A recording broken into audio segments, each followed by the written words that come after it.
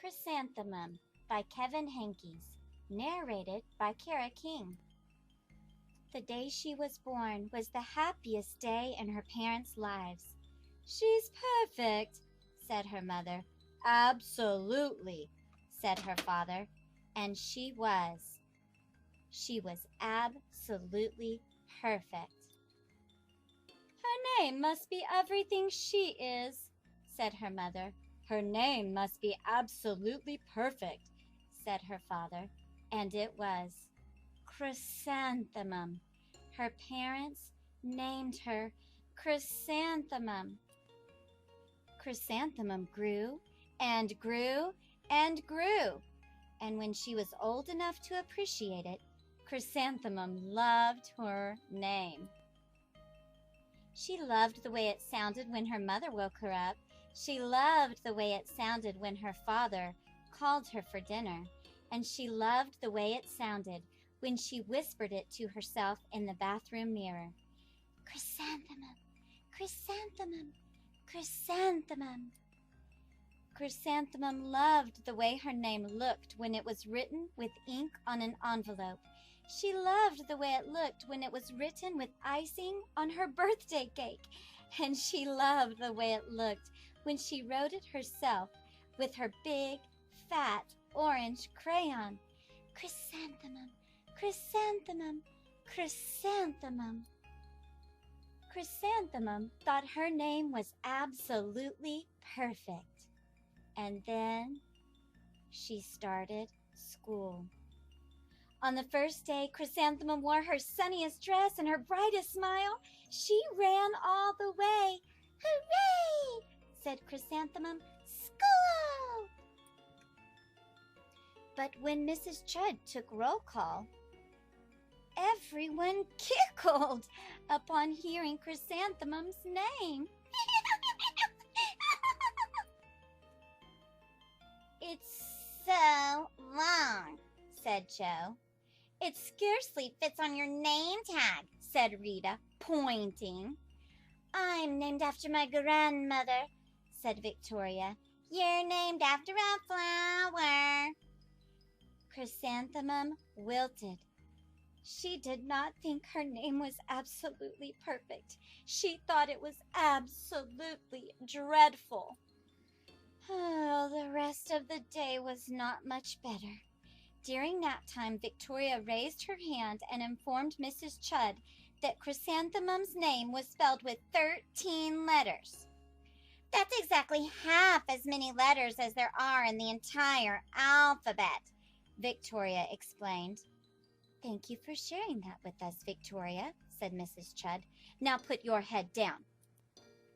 "If I had a name like yours, I'd change it," Victoria said, as the students lined up to go home. "I wish I could," thought Chrysanthemum miserably. "Welcome home," said her mother. "Welcome home," said her father. "School is no place for me," said Chrysanthemum. "My name is too long. It scarcely fits on my name tag, and I'm named after a flower." "Oh, pish," said her mother. "Your name is beautiful." "And precious and priceless and fascinating and winsome," said her father. "It's everything you are," said her mother. "Absolutely perfect," said her father. Chrysanthemum felt much better after her favorite dinner, macaroni and cheese with ketchup, and an evening filled with hugs and kisses and parcheesi. That night, Chrysanthemum dreamed that her name was Jane. It was an extremely pleasant dream. The next morning, Chrysanthemum wore her most comfortable jumper. She walked to school as slowly as she could. She dragged her feet in the dirt. "Chrysanthemum, chrysanthemum, chrysanthemum," she wrote. "She even looks like a flower," said Victoria as Chrysanthemum entered the playground. "Let's pick her," said Rita, pointing. "Let's smell her," said Joe. Chrysanthemum wilted. She did not think her name was absolutely perfect. She thought it was absolutely dreadful. The rest of the day was not much better. During nap time, Victoria raised her hand and said, "A chrysanthemum is a flower. It lives in a garden with worms and other dirty things." "Thank you for sharing that with us, Victoria," said Mrs. Chudd. "Now put your head down." "I just cannot believe your name," Victoria said as the students lined up to go home. "Neither can I," thought Chrysanthemum miserably. "Welcome home," said her mother. "Welcome home," said her father. "School is no place for me," said Chrysanthemum. "They said I even look like a flower. They pretended to pick me and smell me." "Oh, pish," said her mother. "They're just jealous." "And envious and begrudging and discontented and jaundiced," said her father. "Who wouldn't be jealous of a name like yours?" said her mother. "After all, it's absolutely perfect," said her father. Chrysanthemum felt a trifle better after her favorite dessert, chocolate cake with buttercream frosting, and another evening filled with hugs and kisses and parcheesi. That night, Chrysanthemum dreamed that she really was a chrysanthemum. She sprouted leaves and petals. Victoria picked her and plucked the leaves and petals one by one until there was nothing left but a scrawny stem. It was the worst nightmare of Chrysanthemum's life.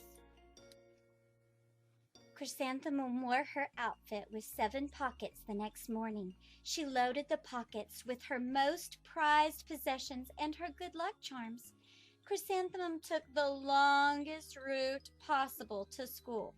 She stopped and stared at each and every flower. "Chrysanthemum, chrysanthemum, chrysanthemum," the flowers seemed to say.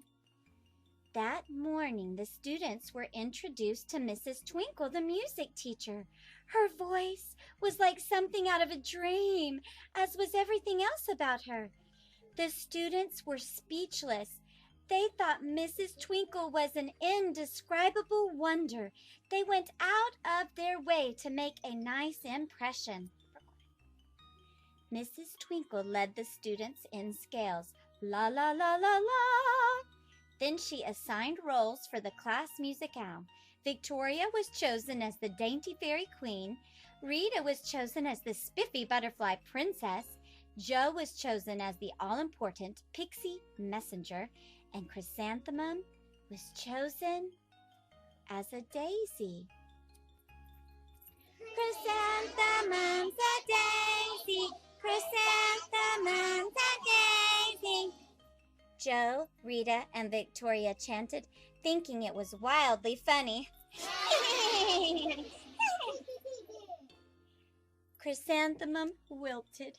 She did not think her name was absolutely perfect. She thought it was absolutely dreadful. "What's so humorous?" asked Mrs. Twinkle.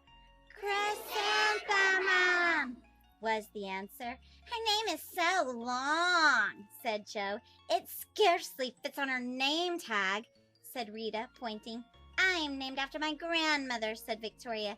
"She's named after a flower." "My name is long," said Mrs. Twinkle.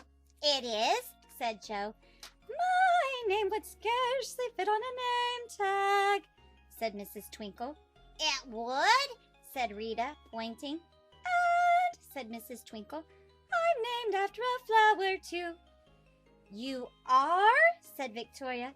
"Yes," said Mrs. Twinkle. "My name is Delphinium, Delphinium Twinkle, and if my baby is a girl, I'm considering Chrysanthemum as a name. I think it's absolutely perfect." Chrysanthemum could scarcely believe her ears. She blushed, she beamed, she bloomed. "Chrysanthemum! Chrysanthemum! Chrysanthemum!" Joe, Rita, and Victoria looked at Chrysanthemum longingly. "Call me Marigold," said Joe.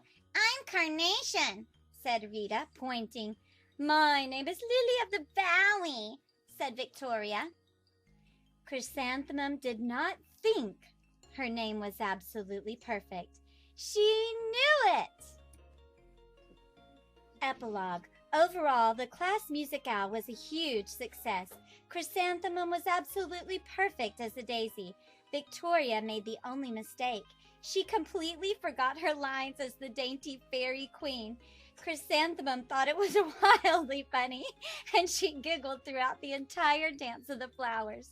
Eventually, Mrs. Twinkle gave birth to a healthy baby girl, and of course, she named her Chrysanthemum.